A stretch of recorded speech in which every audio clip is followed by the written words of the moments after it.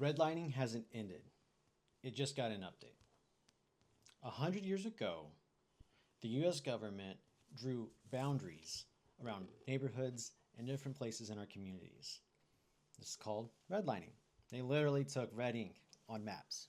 The consequences of redlining, though, have echoed throughout history, and we're still facing the consequences of these types of practices today.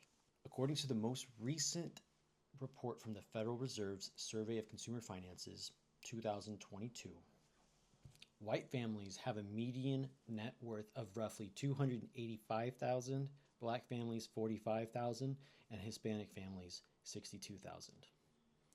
With that in mind, let's look at the technology of today and how it applies with advertisements, AI, and what you're getting on your feed.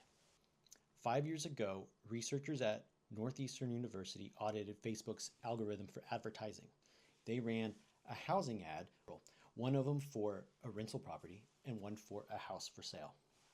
What ended up happening, and as I think you can imagine, yes, the algorithm essentially hijacked the all neutral and that it was targeted for everybody. Ended up being where the for sale house went to 75% of people that were white, and then the minority were getting the rental. So this was 5 years ago. This wasn't whenever the big AI boom occurred.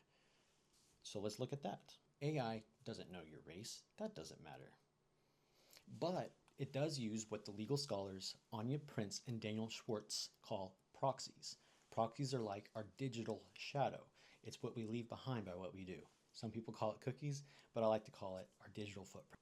They use all of this information and they put it into these bins and they categorize us that way.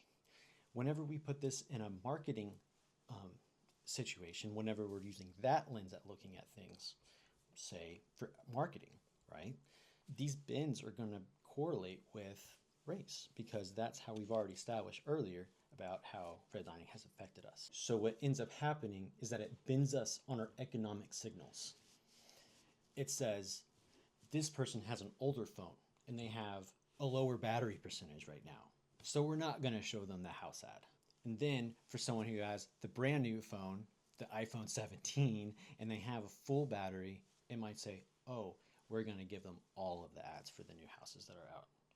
And it's only doing this because it's what's natural. It's only doing this because that's what is the most effective for what it deems through its algorithms based entirely upon those bins. So how do we get this into being the redlining of the digital space? Think of it as what's happening with AI is that it's learning from us and it's literally mirroring the effects that we have on our own real world, and it is causing a reflection into the digital space that's causing the same lines of division. In 2024, a report from the Journal of the American Medical Association, they were arguing that digital redlining is now a structural detriment to health, meaning that people aren't getting the right information or being completely left out. So you can think of redlining in the real world that legally ended in '68 as being something where people were shutting the door on people because of their race. But now, because of race, which it correlates with our economic status, what's happening is people aren't even getting shown the door, just completely omitted.